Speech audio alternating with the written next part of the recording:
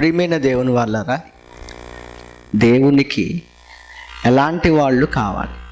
ఒకసారి బైబిల్ చదువుదాం. మత్తయి సువార్త మనం చూడగలిగితే మత్తయి సువార్త 7వ అధ్యాయం, మత్తయి సువార్త 7వ అధ్యాయం 24వ వచనం ఒకసారి మనం చూడగలిగితే, కాబట్టి ఈయన మాటలు విని వాటి చొప్పున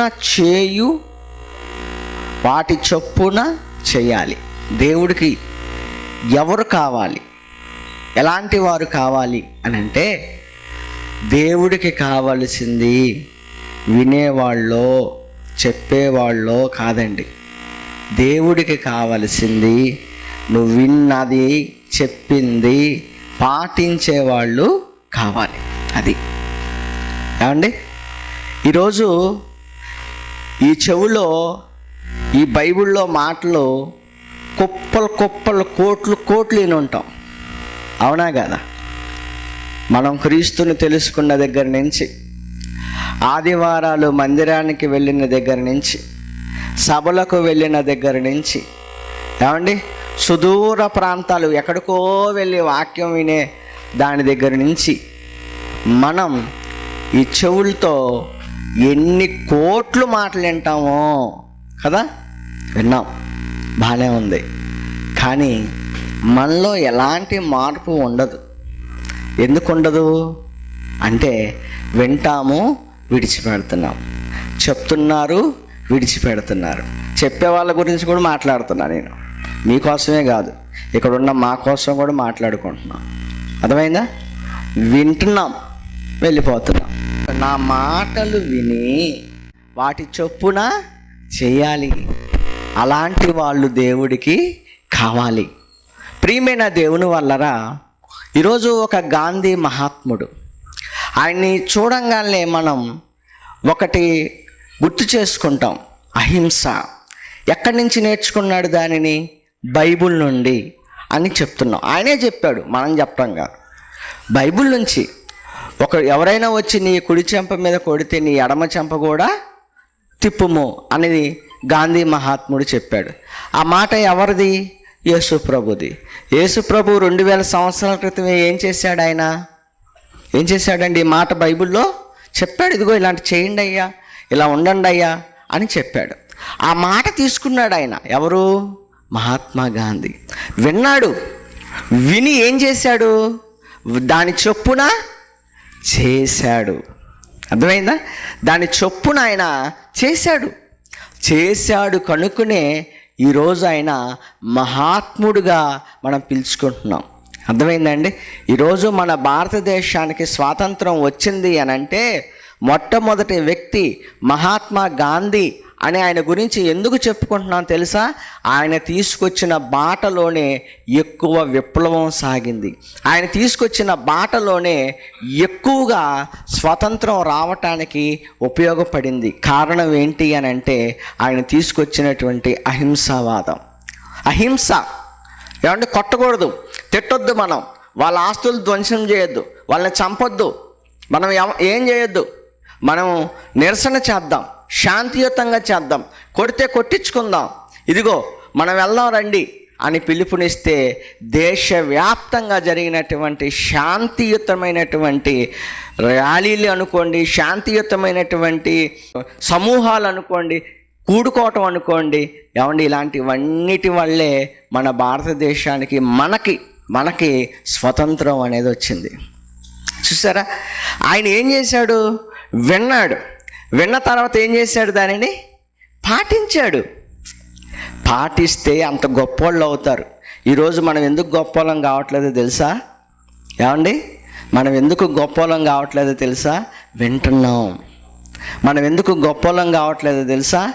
ఏమండి, చెప్తున్నాం. అంతే, అంతకు మించి జరిగిందేమీ ఉండట్లేదు. కానీ దేవుడికి కావాల్సింది వాటి చొప్పున చేసే వాళ్ళు కావాలి. నేను ఏదైతే చెప్పానో, నేను ఎలాగైతే నడుచుకోమని చెప్పానో వాటి చొప్పున మీరు చేయాలి. చేసిన వాడు బండ మీద కట్టుకున్నవాడు అన్నాడు. అర్థమైందా?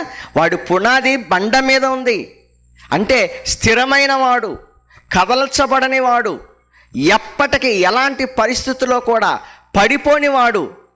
ఎవడు వాడు అంటే ఆయన మాటలు వినటం కాదు, ఆ విన్న మాటల ప్రకారంగా నేను నడుచుకుంటున్నాను. ఈరోజు ఒక్క మాట విని వెళ్ళి పాటించడానికి ప్రయత్నం చేయండి.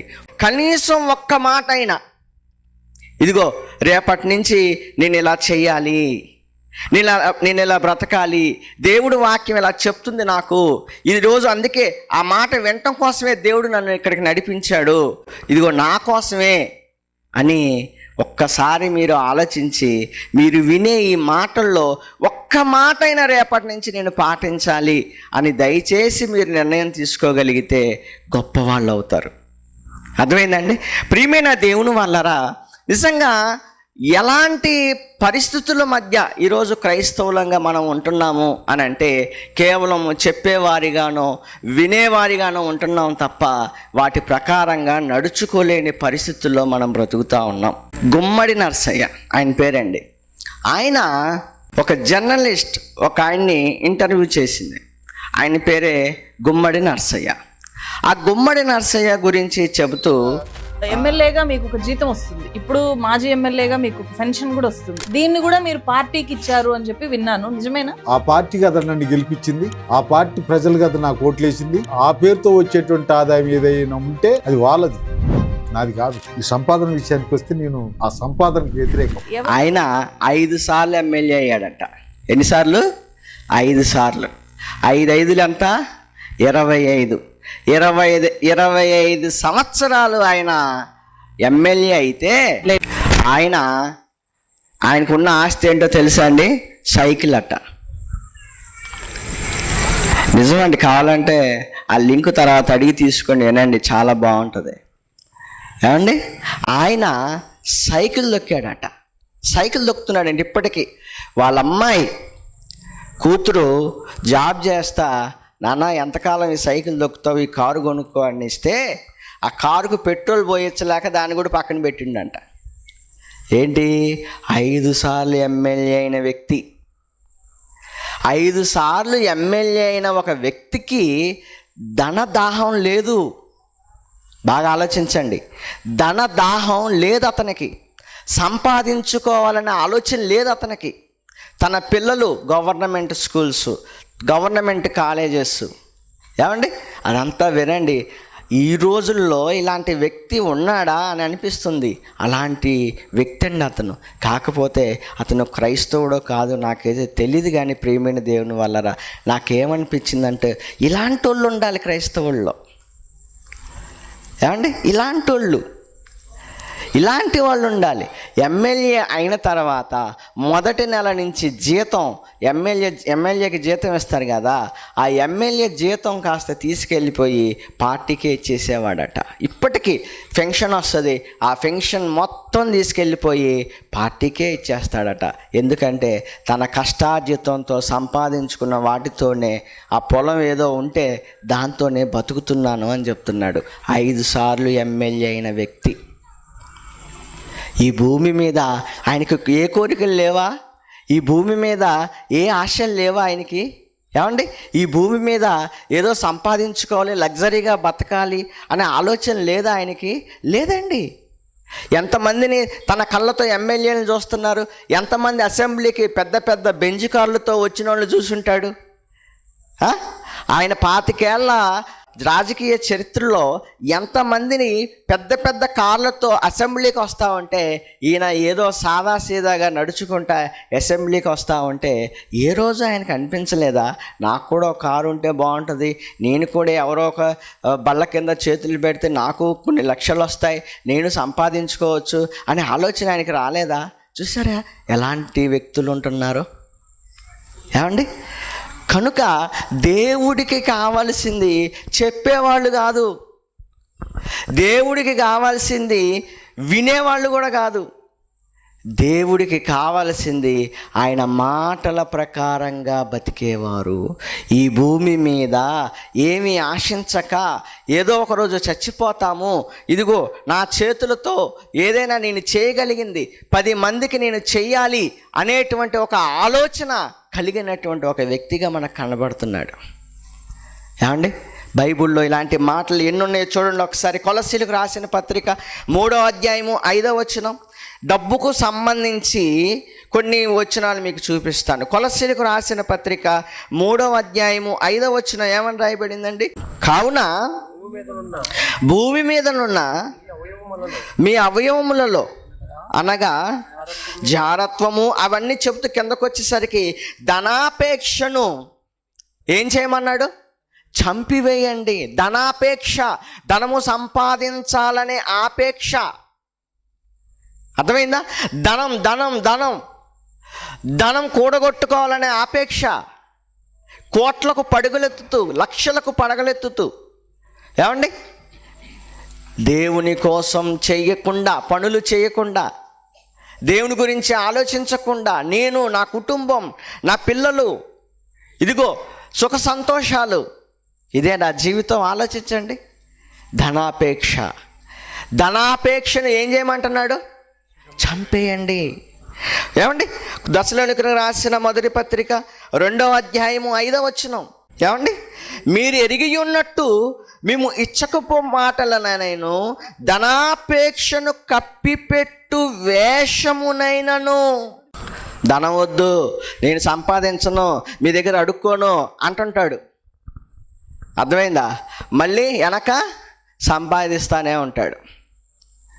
అర్థమైందా నేను చెప్పింది? అది కప్పిపెట్టుకోవటం అంటే. ధనాపేక్షను ఏమంటున్నాడండి? ధనాపేక్షను కప్పిపెట్టు వేషమునైనను నేను అస్సలు మీ దగ్గర ఇలాంటి ఆటలు ఆడలా. ఇలాంటి ఆటలు మీ దగ్గర ఆడలా నేను. పౌలు గారు అంటున్నారు, ఇలాంటి ఆటలు ఆడలా. నాకు ధనాపేక్ష ఉండి లేనట్టుగా నటించే ఆటలు ఆడలా. ఏమండి, తర్వాత తిమోతికి రాసిన మొదటి పత్రిక 6వ అధ్యాయము 10వ వచనం. తిమోతికి రాసిన మొదటి పత్రిక 6వ అధ్యాయము 10వ వచనం ఏమన్నాడండి? ఎందుకనగా ధనాపేక్ష సమస్తమైన కీడులకు మూలం. అసలు సమస్త కీడులు అన్నాడు చూడండి. సమస్త కీడులు, సమస్త కీడులు, సమస్త కీడులకు. ప్రతి ఒక్క కీడు వెనక ధనం ఉంటుంది అంటున్నాడు.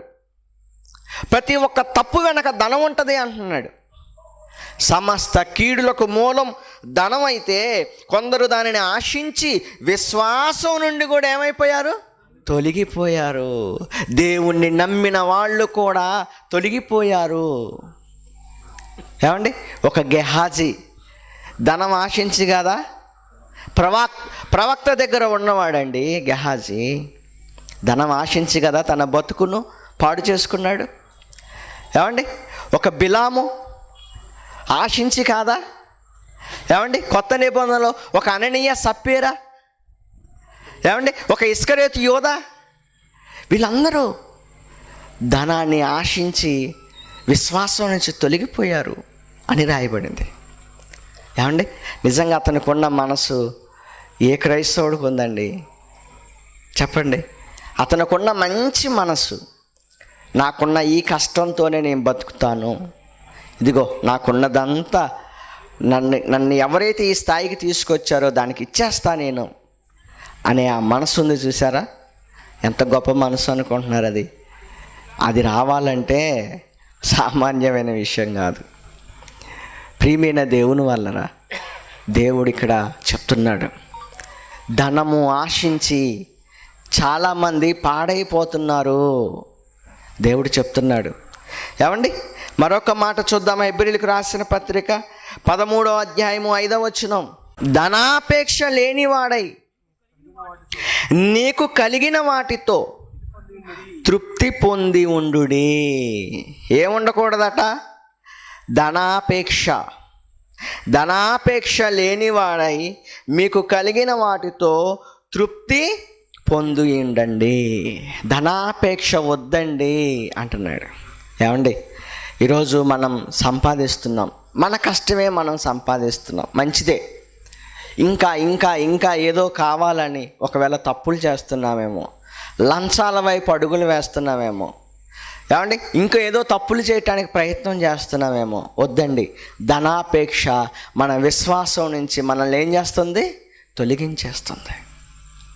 తొలగించేస్తుంది. మనం ఎలా బ్రతుకుతున్నాం, మన జీవన విధానం ఎలా ఉంది, ఆ ధనాన్ని మనం దేవుని కోసం ఈరోజు ఇక్కడ ఇదంతా అరేంజ్మెంట్స్ జరిగినాయి అని అంటే, ప్రియమైన దేవుని వాళ్ళరా, ఎంతోమంది దేవుని పిల్లలు వాళ్ళ కష్టార్జితాన్ని ఇదిగో దీనికి ఇచ్చారండి. ఇదిగోండి ఈ సభకు వాడండి. ఈ సభే కాదండి, ఎక్కడ సభలు పెట్టినా, మేము ఎక్కడ పని చేసినా ఇదిగోండి వాడండి, ఇది ఈ కష్టార్జితం, ఇది ఈ కష్టార్జితం, మా కష్టార్జితం అని ఇస్తూ దేవుని సువార్తను ప్రకటిస్తున్నారు. మనం ఏం చేయగలుగుతున్నాం చెప్పండి? మన ధనం మన దగ్గరే ఉంటే అది అలా పెరిగిపోయి ఒకరోజు నిన్ను ఎవరో కాదు ఇంట్లో వాళ్ళే చంపుకుంటున్న పరిస్థితులు ఈరోజు లేవా? ఉన్నాయి. మనం చూడలేదా? యూట్యూబ్లో చూస్తున్నాం. ఎన్ని ఘోరాలు, ఎన్ని నేరాలు. సమస్తమైన కీడులకు మూలం ధనం అన్నాడు దేవుడు. అంతేకే, సమస్తమైన కీడులకు మూలం ధనమే. ఆ ధనాన్ని, ఆ ధనాపేక్షను చంపేయండి. అర్థమైందా? చంపేయండి అని దేవుడు చెప్తున్నాడు. కనుక దేవుని పిల్లలుగా ఈరోజు మనం వింటున్న ఈ వాక్యంలో మనం ఏదైతే దేవుడు చంపమన్నాడో దాన్ని చంపకుండా మనం బతికించేటువంటి ప్రయత్నం మనం చేస్తే, ప్రియమైన దేవుని వల్లరా, ఏమండి మనం పాడైపోతాం, మన జీవితాలు పాడైపోతాయి. మనం వెళ్ళాలనుకుంటున్న లోకానికి మనం వెళ్ళలేము. అలాంటి ఒక పరిస్థితుల్లోకి మనము దిగజారిపోతాం. కనుక దేవుని పిల్లలుగా మీరందరూ ఆలోచించండి. దేనికోసం మీ ధనాన్ని ఖర్చు పెడుతున్నారు? దేనికోసం వినియోగిస్తున్నారు?